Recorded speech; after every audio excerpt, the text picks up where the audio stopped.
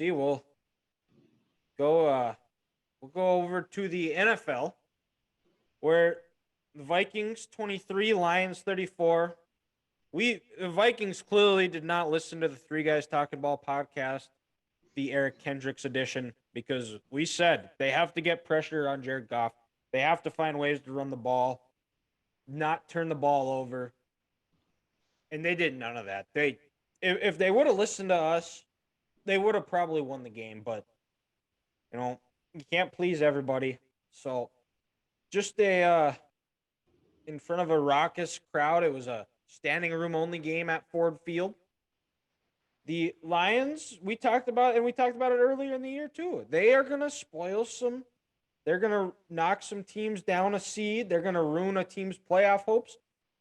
The Lions, the way they're playing, they might sneak in at this rate. Who knows? Because I don't trust the Giants. I don't trust Washington. Dallas, I can't say I really trust them too, but they're thankfully have found ways to get a wins, which we'll get down a little bit later. But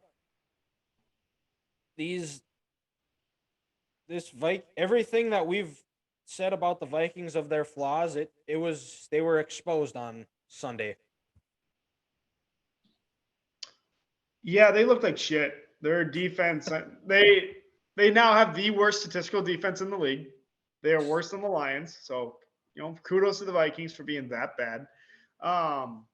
But one thing I don't get, what the hell was Dalvin Cook, or what was that play call at the goal line when he was trying to do the jump pass? Like, what in God's name are we doing? He is not Khalil Mullings. Like, he's not Tim Tebow. Like, he's not Henry. It's so stupid. Like, just pound it at their throat. Like, I don't understand. And it's like, why are we trying to be cute? Yeah, just score the damn ball. Because they can't run the ball effectively. That's what teams do when they aren't able to consistently run the ball, is they have to pull out trick plays. They got to do cute shit to get something going in the run game, and leads to plays like that. It sounds like at least what's his face will be back. They did miss Harrison Smith. That was those two 40-yard pass plays that went for touchdowns. I don't think happen if he's back there. No. But back to like the running game and teams who can't run. Also, just like what you said a little bit ago, Dylan, with the Bison, how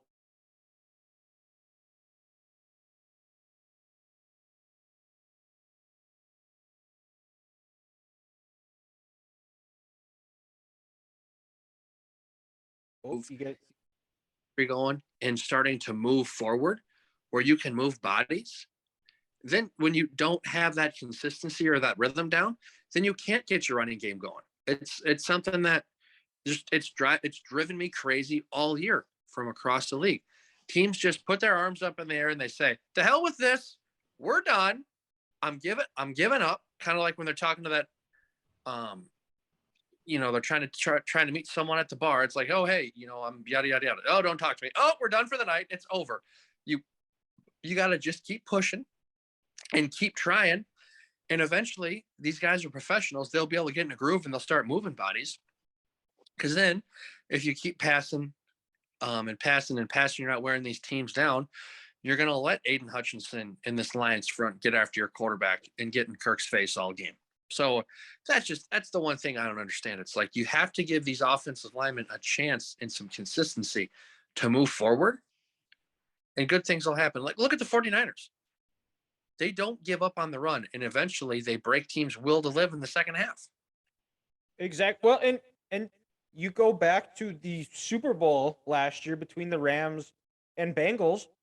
Both teams struggled to run the ball, but the Rams stayed with it, and when it got into that halfway through the fourth quarter, and they decided that we've got one good drive left. Let's do a run, go with our best run plays. They found ways to run the ball effectively, and it paid off where they were able to win the Super Bowl. And where the Bengals, on the other hand, just said, "To hell with it. We can't run on this team. We're just going to have to throw the ball." Exactly. And in December, January, February football, if you want to have a shot to win the Super Bowl, the game gets very simplified. It's who's going to run the ball the best, who's going to stop the run, who's going to tackle the best, who's not going to turn the ball over. The football, when games get tight, games get close, football returns very fundamental, where your fundamentals, your technique are all going to come back into place. And whoever does those little things correctly, 98% of the time, you're going to win the game. We should mention that JJ has tied Randy Moss for games with 175 plus yards already. And that's not counting just Vikings Randy Moss. That's his whole career. Are you kidding? Ooh, Dead serious. that's wow. 5. Oh, you had another one on Sunday. That was Gee. the 5th. He set the single game record for the Vikings Sunday in receiving yards, and it could have been 30 more if they wouldn't have said he was out of bounds when he wasn't. His heel was Yeah. never down. Oh, Also, I have a bone to pick with that. Let it play out, because you can always bring it back. You can't let it go. Thank you. These officials, if there is any sort of doubt in your mind, oh, he may have been out of bounds, he may have been in bounds. For the love of God, let the players play and finish the play. The amount of times Gene Steratore would tell me that. It's just, Yeah. Always well, you and, have and, the and they were technology these days.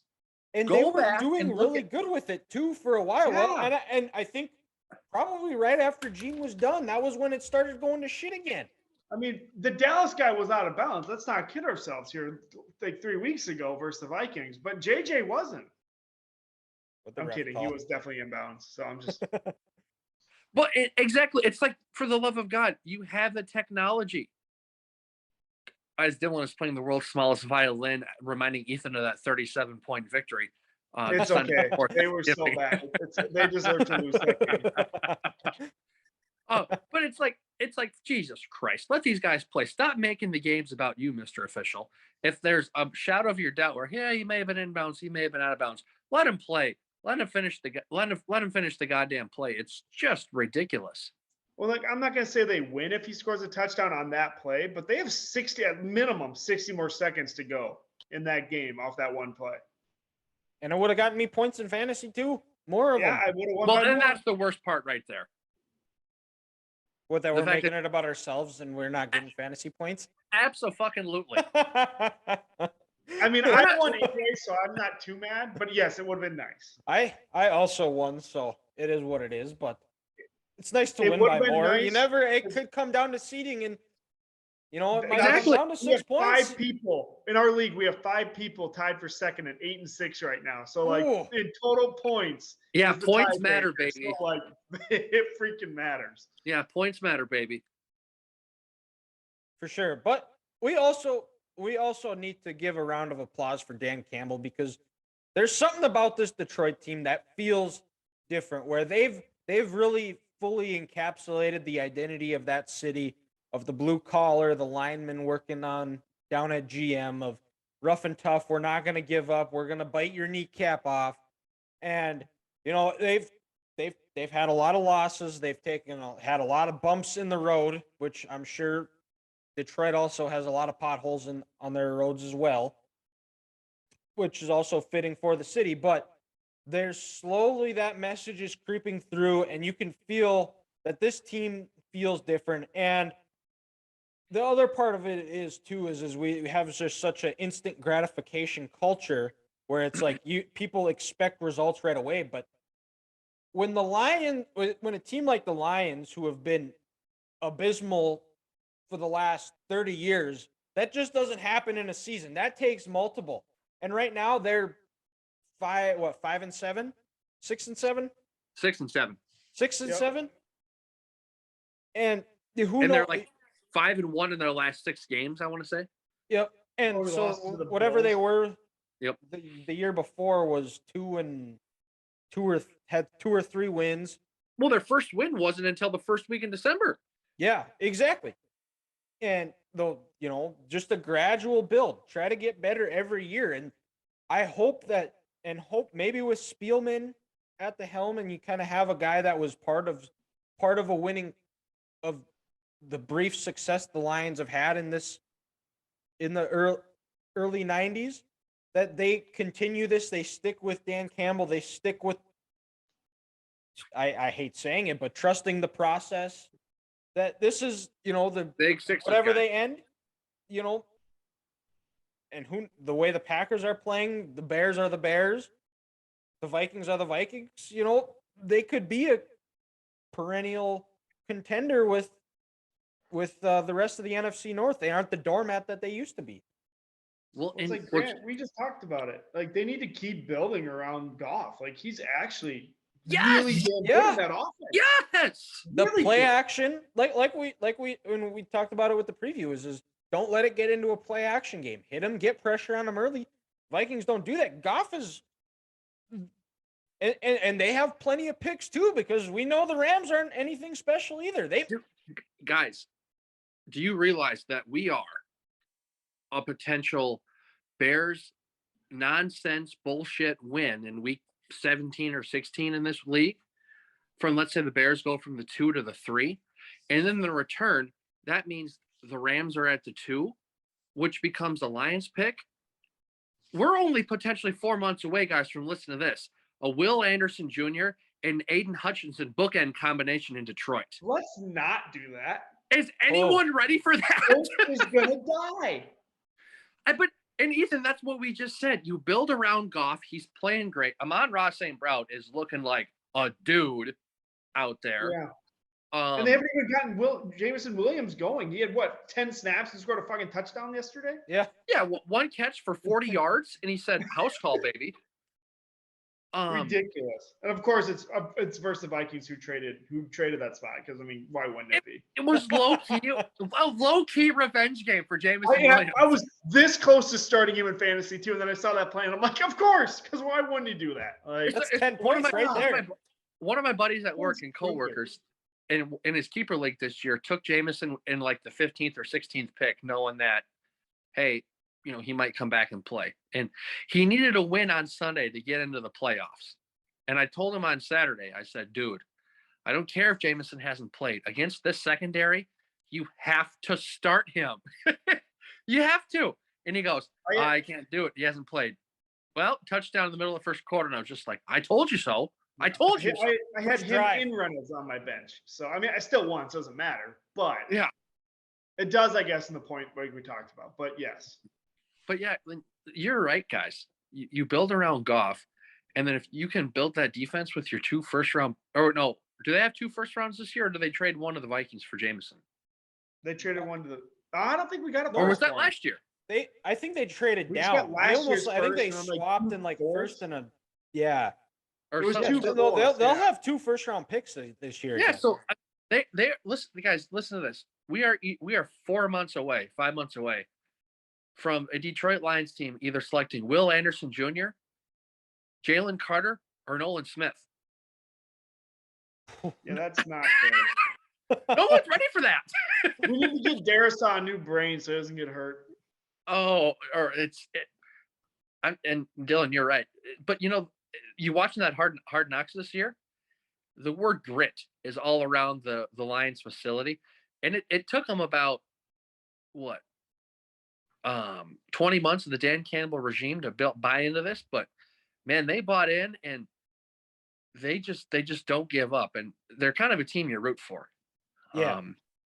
Because they're just a bunch of football guys. They love the game, and they love playing, and they want to be in Detroit, and they want to be a part of the team that flips the narrative and flips the script of what Detroit has always been, and from what most of the probably even the coaching staff as well, of what Detroit's been. It's just been a doormat of the NFL. And you look at the defense, how much they've improved week to week. Well, and even I think this team also represents the city where people aren't making fun of the city of Detroit anymore. Go back to the ESPYs when John Hamm hosted.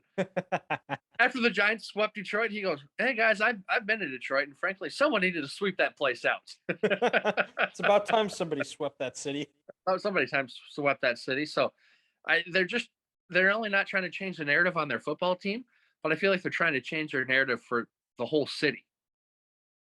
Yeah. Well, and I think Detroit is a football town where it is all Lions. It's because Well, the and Tigers are terrible. The look, and Pistons are hit or miss. the, The Red this team. Wings used to be really good, but they've kind I of was fallen on hard times. gonna say, look at how good when the Red Wings were rolling, when they were winning Stanley Cups. Look at how great those fans were, and how intense and how passionate they were. So, dog, if the Lions can keep winning, they get these fans going. It might be a sight to see here Well, in the NFC. like it was standing room only, and I think that's going to be the way the rest of the year is. They're gonna have it's gonna be fans. There's a certain buzz. It even sounded louder on TV yesterday. I thought Well, watching the game. guys, low key, if you're the Vikings, you're sitting back like, I hope this team doesn't somehow sneak in because I don't want to. I wouldn't want to play that team a third time.